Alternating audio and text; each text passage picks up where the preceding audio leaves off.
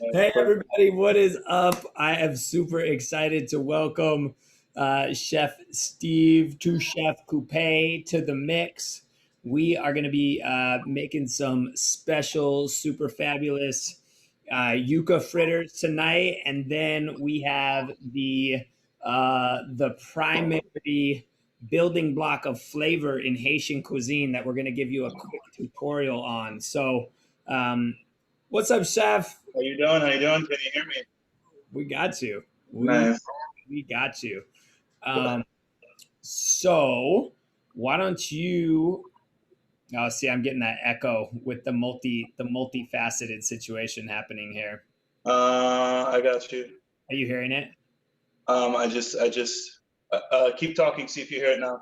I think I think that's a little better. Yeah, Yeah. yeah, it's better. Uh-huh. Um, so we are simulcasting live from Oakland, live from Harlem. Harlem. What is up, Harlem? And we are making yuca fritters, and we are going to be teaching you a very, very simple but foundational building block for Haitian cuisine, which is called what, Chef? Accra. But Accra is usually made with malanga fruit.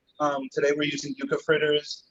Some Haitians make Accra with black-eyed peas. Actually, I've never had that. But today we're using yuca. I'm getting a little bit of echo. Can Is you? is that better now? I I can still hear myself. Just put the volume on your computer all the way down.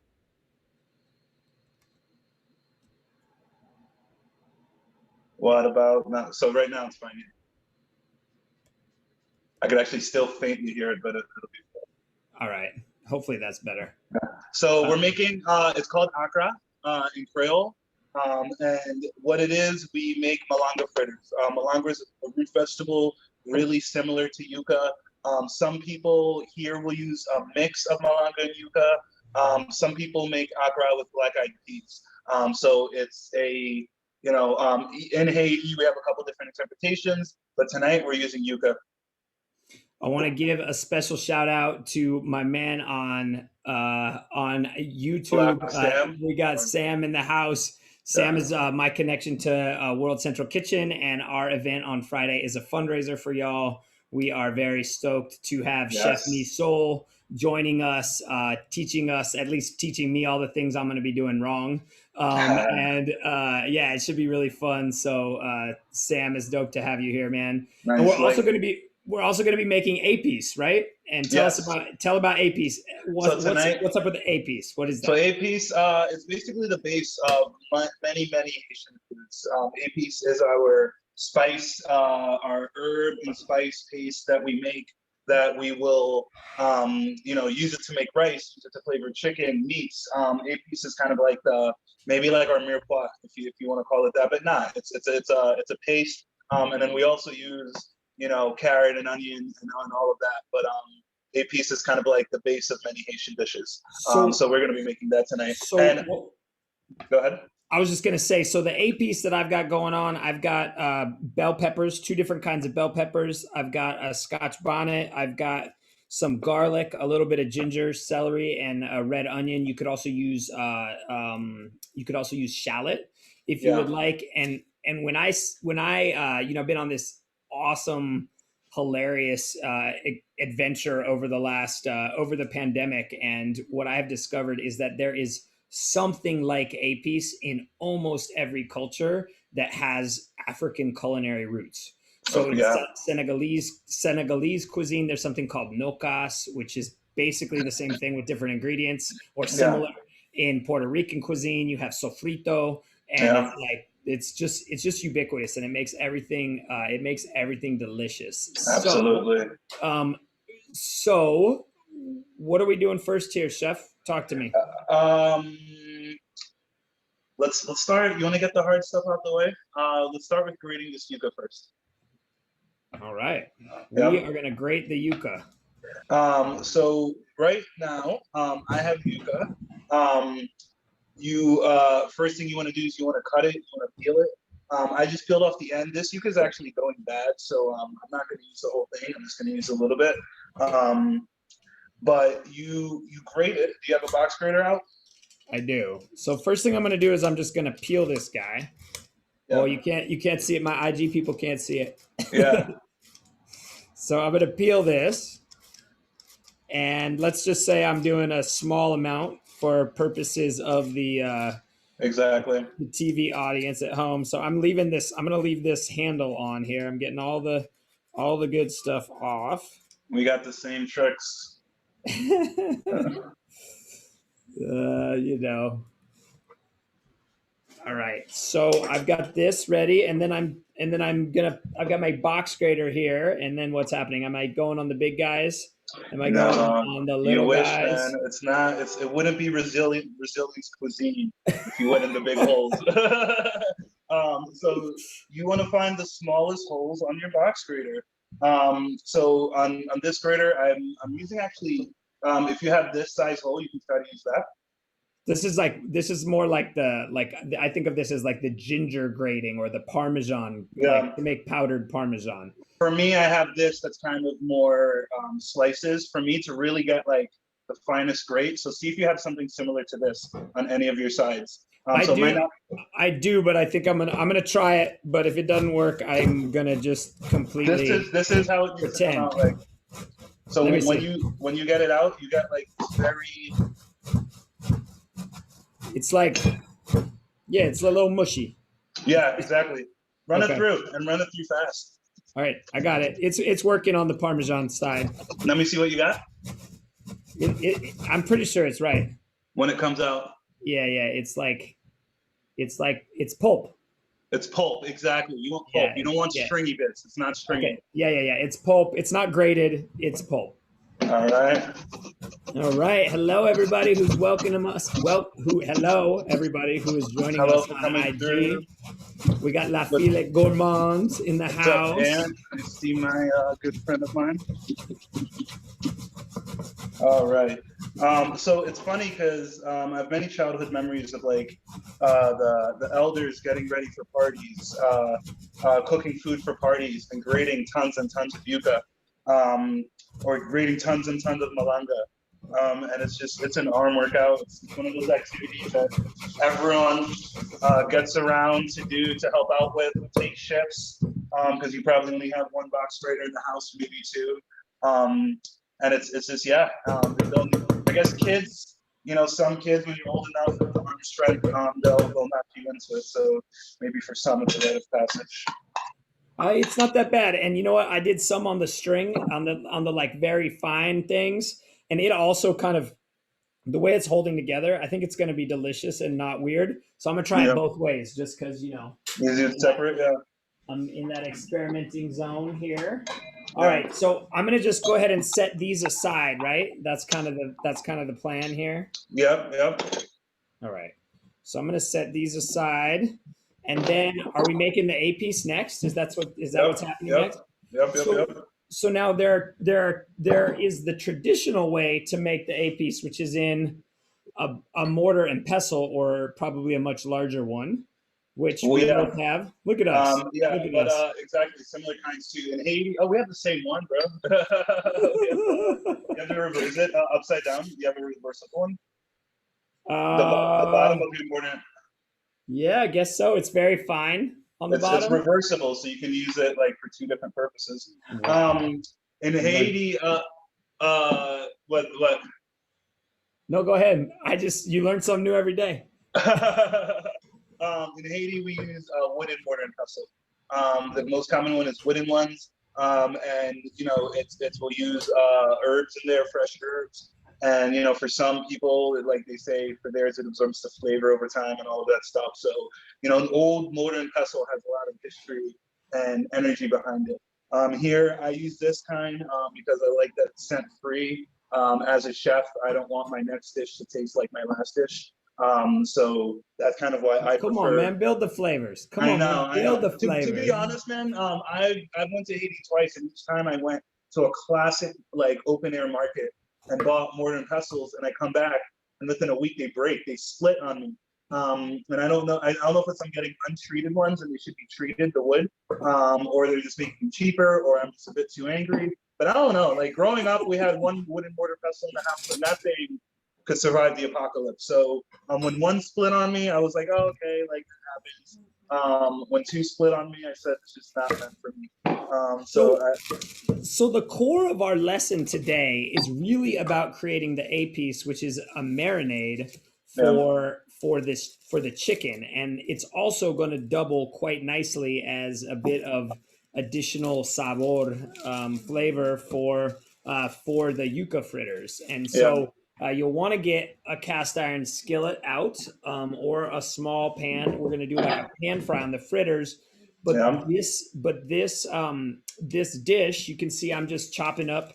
I'm just chopping up. I've got a half an onion, a bell pepper. I'm going to hit up some garlic in here and some celery. And what I'm going to make is an incredible marinade for chicken that I want to go overnight. And then we're going to turn this into our cashew chicken on Friday night. So you should definitely join us on Friday night for Nice. the party. And Chef is going to show you kind of the traditional way to make the A piece. And yeah, he's holding up the mix, and I'm going to show you the fast way to make the A piece in the blender. So I'm going to just chop Smart up man, this boy. onion, chop up all these. Basically, I'm just rough chopping everything. I'm going to throw it right in the blender, easy Yeah. peasy. So for me, what I have minced garlic. I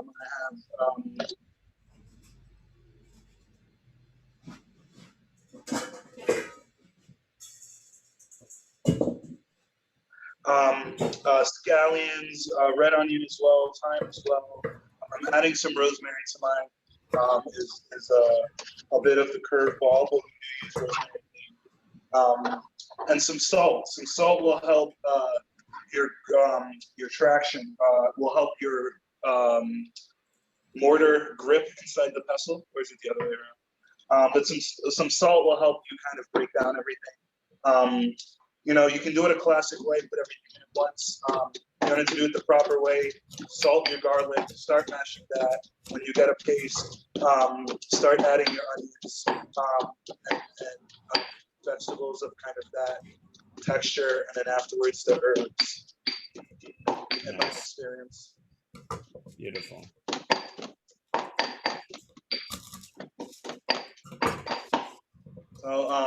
So yeah, I have everything in here, and I'm just starting to mash it. I don't know if you're able to see. It's a bit dark. That's pretty good. Just getting it started. Yeah. For your Zoom folks. There we go. So you said you couldn't find Scotch bonnet pepper, huh? I have not, in all of the East Bay so far, I have yet to find the Scotch bonnet peppers, so we're going with habaneros. What's Nice. what's the difference between a Scotch bonnet pepper and a habanero? Tell me from a I flavor perspective. imagine a Scotch bonnet is a space here. I'm not so sure about the Scoville units of each, but I imagine it's a bit spicier. But the Scotch bonnet really has a certain aroma to it. Even if you use a little bit where you don't get a spiciness, it really has a very distinct aroma. It's just more aromatic, I would say, than a jalapeno or even a habanero pepper. But they can get very spicy. So sometimes when folks cook Haitian food, what we'll do is instead of here you might cut the pepper in half and take out the seeds to remove the spiciness. What we'll do is we'll slit the skin. We'll just score the skin and drop it into the pot of rice, or drop it into something that's simmering, and time when you take it out too, right? So you might take it out before the pepper fully dies. You can use it for something else, but you're kind of lightly flavoring the food with it by storing the skin, putting it in for a lesser amount of time. I like it. Scotch bonnet can be used in very delicate ways, if you will, in our case. Nice. So I've got a little bit of time here. Again, for those of you who just joined us, we are making Epis, which is a foundational component. It's kind of like the Trinity or the mirepoix of Haitian cuisine. We are doing a fundraiser for World Central Kitchen's Ecole de Chefs in Haiti. on Friday, and this is one of our preliminary elements of our Haitian cashew chicken that Chef Steve is going to be guiding me through on Friday night, and we would love it if you joined us. Now, I've got this ginger, and I'm not even worried about the skin. That may be. My boy would say it's rustic. I would say I'm lazy. I would say Something my mom would do. I'm rustic. Yeah. Um, and then she'll say, "It's not gonna kill you." She's like, "Look at how small the piece of ginger skin is. Look at how big you are. How's it gonna kill you?" It's something my mom used. I like your mom. She's all right. All right, so I've got everything in here, and now I'm just gonna grind this guy up, right? Yeah. Oh no. Jesse, look what happened. Did you broke it? Maybe you Less anger, chef. Less anger. As soon as I start talking about my mother, That's awesome. Yeah, don't talk about your mom, man. Now, chef, let me ask you a question here. I've got this. This is a really lovely texture. Is this supposed to be wet? Is this like? You see how this is just kind of chunky? It's almost like a pico de gallo. yeah, that's too chunky. Different people will give you different textures, but it's supposed to be blended. You want it more of a pesto texture, or not like a chimichurri texture or something. But even some people put a little bit more liquid in it. Some people a little less. But so now, in terms of liquid, should I add some white vinegar? Should I add some olive oil? What are we talking about? A splash of white vinegar wouldn't be unusual. You can add olive oil. So people will make epis different ways depending on what they use it for. If they know, like I have an aunt, and when she's cooking rice, she doesn't put vinegar in her epis if it's for rice, because for her vinegar and rice she can't do. And so my mom won't put garlic in her epis if she knows she's going to hold it for a long time. So if for this method, I would leave out the oil since we're frying it or mixing it with the yuca and frying it. Maybe if at the end, which is awesome because I just put the oil in there. Well, that's fine. You just watch the consistency. So I'm putting a squeeze of lime into mine. Lemon. I would rather lime, but I only have lemon.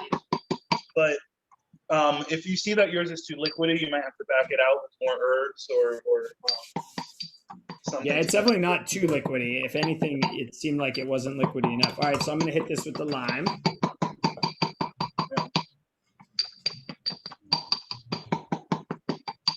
All right, I'm also going to get my pan going because I think it's time to get my pan. I think it's time to get there. And are we looking for a deep fry, or is this just kind of a pan fry, like a saute? Like, what are we talking about here?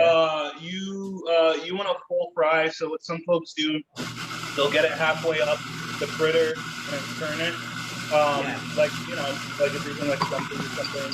You can submerge it, but you're kind of wasting oil. So for what we're doing tonight, I'm going to be doing the half fry and then turning it over. All right. So now you tell me what you think here. I've altered the texture quite a bit at this point. I definitely have something that's more saucy at this point.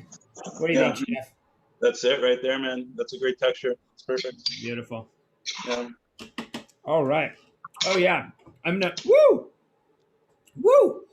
All right. More habanero? Yeah, I didn't get enough in there. I'm going to wait now. I'm going to wait for cake. All right, so now what we're going to do here is I'm going to take a chicken. I'm going to take a chicken down, and I'm going to generously ladle this delicious Epis over it. And then tomorrow I will make a braised chicken dish, the Haitian cashew chicken dish that Chef Steve has gifted us with here in the Sacred Kitchen, and we will we'd love for you to come cook with us on Friday night. And for right now, what we are going to do is a shallow fry. We've got our grated yuca, and how much of this Epis am I supposed to use? Whatever you want. This is where you kind of feel it out. Just make it nice. Just make it nice. Make sure I got some salt in there. Anything else I'm supposed to have in there? Black pepper, anything like that? At this point, it's whatever you want. The food travels to different places.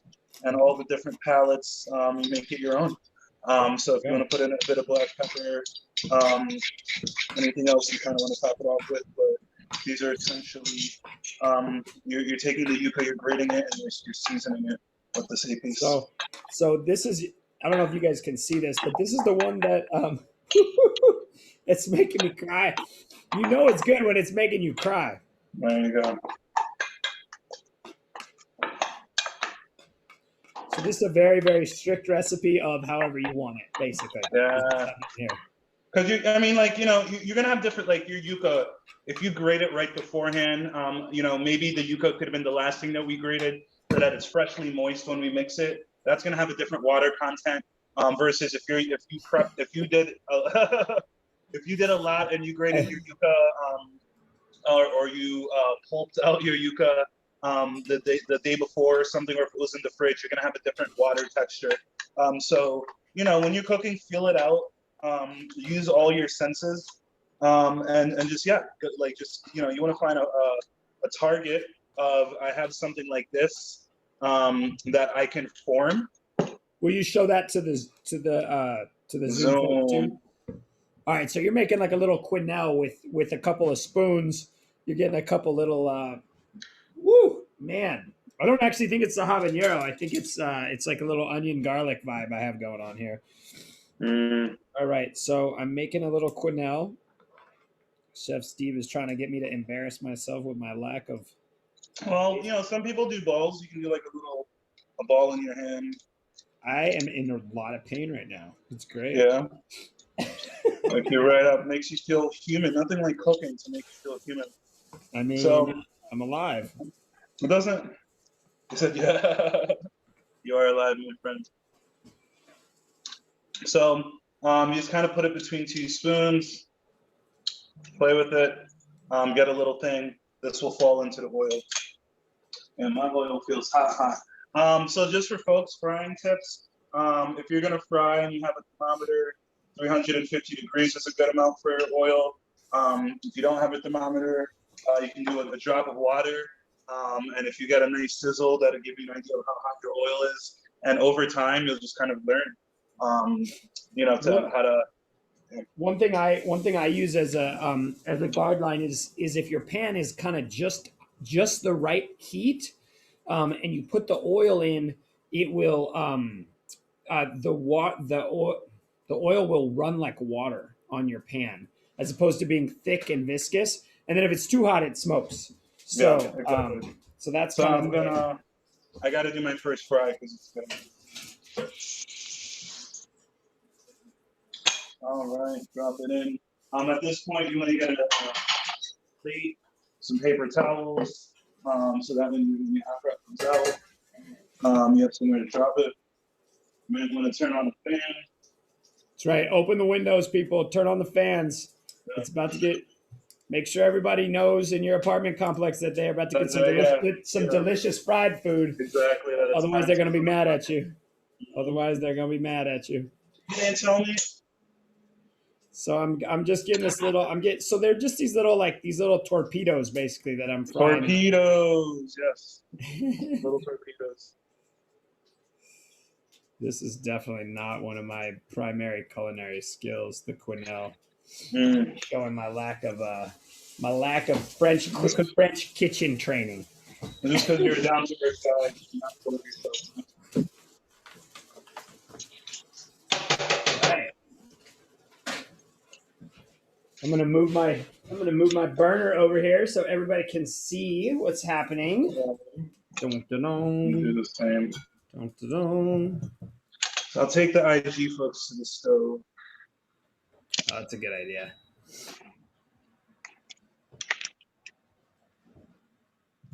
We're doing all kinds of things at once. We got the Facebook Live. We got the Zoom situation. We got the IG happening. Hello, everybody. Thank you for joining us. Come cook with us on Friday. All right, I'm going to take my IG folks over here, too. So I think these are the little quenelles that are happening, and I'm just giving a little half turn happening there.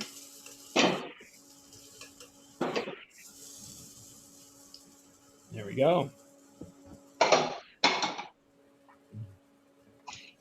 am struggling over here. Hold on a second. I'm gonna persevere. I believe in you, Chef. I believe in you. You're definitely making a racket. You're doing a good job on that. That's part of your. That's how you learn to cook, man. You gotta make the record. All right, so I think you can How see me often here do you? How often do you make these yuca fritters? rarely. Um, I it's really for special events, man. And once again, when talking about soul food concepts, this is celebration food. This is not something you have every night. When people think Haitian cuisine, they think fried pork, fried plantains, fried fritters. That's not what people are having on a regular basis in or out of Haiti. So these are really a birthday thing, a holidays thing, um, a celebratory situation. So, or if, someone's coming to town, a guest, like, yeah, exactly. If you're just kind of gathering for a nice celebration and celebration food. Me personally, I don't make these terribly often. I would only really make it for my family. Or if I'm doing very specific events, because, with frying food and carrying it and holding it, it gets a bit tricky. So, with something like this, you want to have it as soon as it's fried. One of the things that that strikes me, you and I have been in a conversation about soul food and what is global soul food and what does it mean. And I love what you're saying about these are very labor intensive, right, to make these, and that Yeah, there's this tradition of like you might do it at a gathering where there's a lot of people around and a lot of people, a lot of hands. Many hands make light work, right? That's kind of the yeah, classic that's the classic saying, and it sounds like that's what you're saying here. And I'm thinking back to a lesson that we were both in a couple weeks ago with Chef Charles Michel, and he was talking about this kind of pasta. I forget what it's called, but this kind of pasta that you hand roll out, and it's like it's a thing you do on Sunday with your whole family because it's so much work to roll out the pasta. You just wouldn't do that like when you got home. But if everybody is in the mix making the little pasta ears, the little orecchietti, then you've got yeah, it. And this kind of just I don't know between the this just reminded me of that is all. yeah, for sure. It's true. This is very true. This is a situation where you have multiple ancestors in the kitchen working around each other.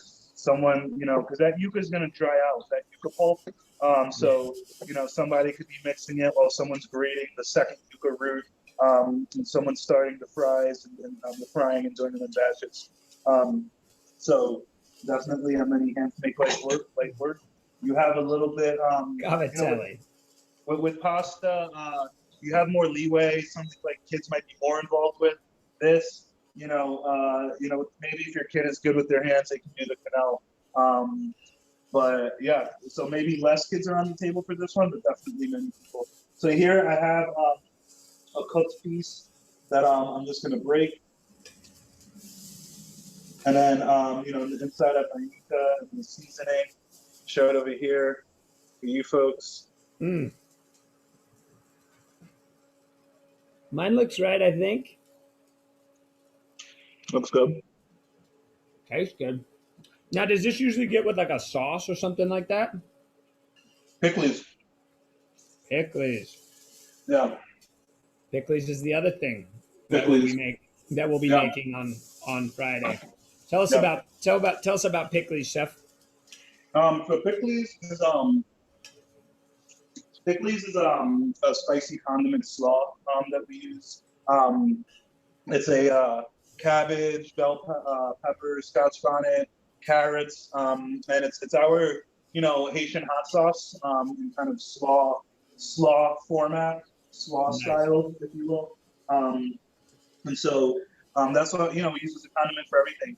Rice, the fried pork or goat, or just anything. So this, for example, so that's what we'll be making as well. And pickles is, it's really briny. You use vinegar, and something that holds for a very long time. So you kind of keep a jar of pickles in the fridge. Actually, I can post Yeah, see, you get so mine is less colorful because it doesn't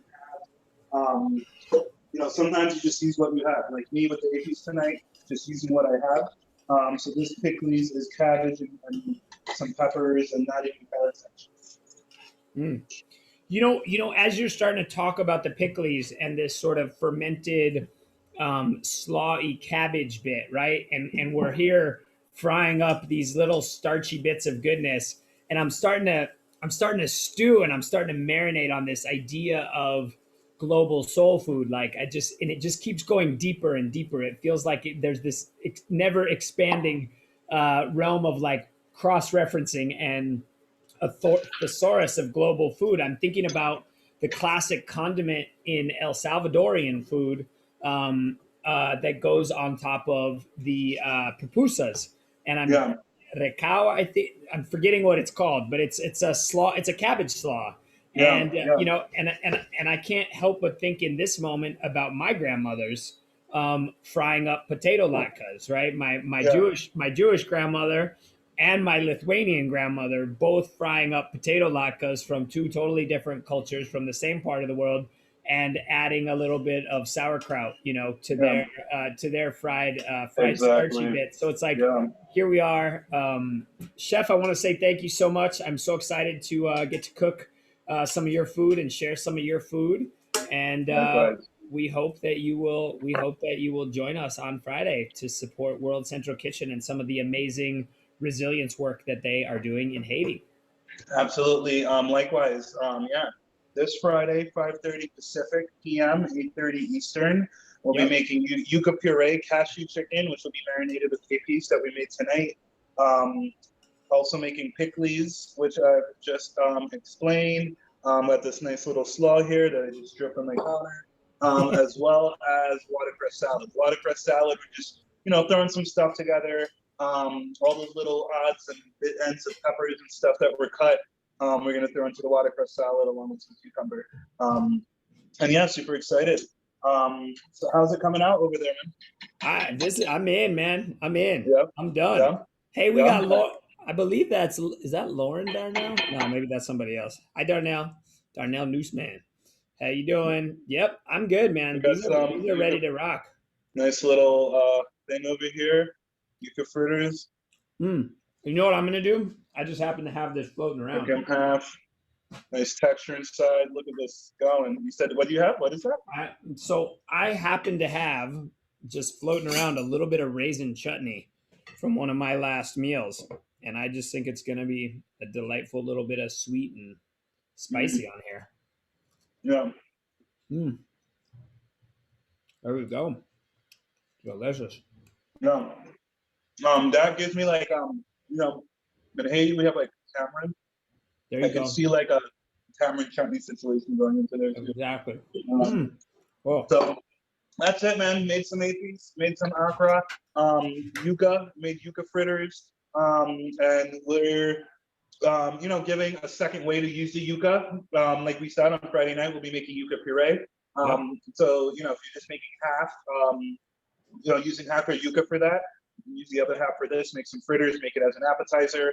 Yuca is super affordable. I mean, it was more affordable. Now it's maybe not so much, but it's still more affordable than a lot of other root Mhm. vegetables, and it's just a good thing, yeah, to kind of food resilience, use less money, eat more, and feed more people, and that's the heart of soul food. That's the heart of Haitian cuisine.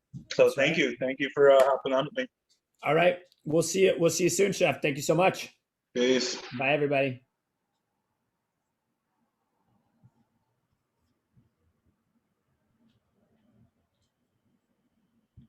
Do you wanna? You're cutting the live or the?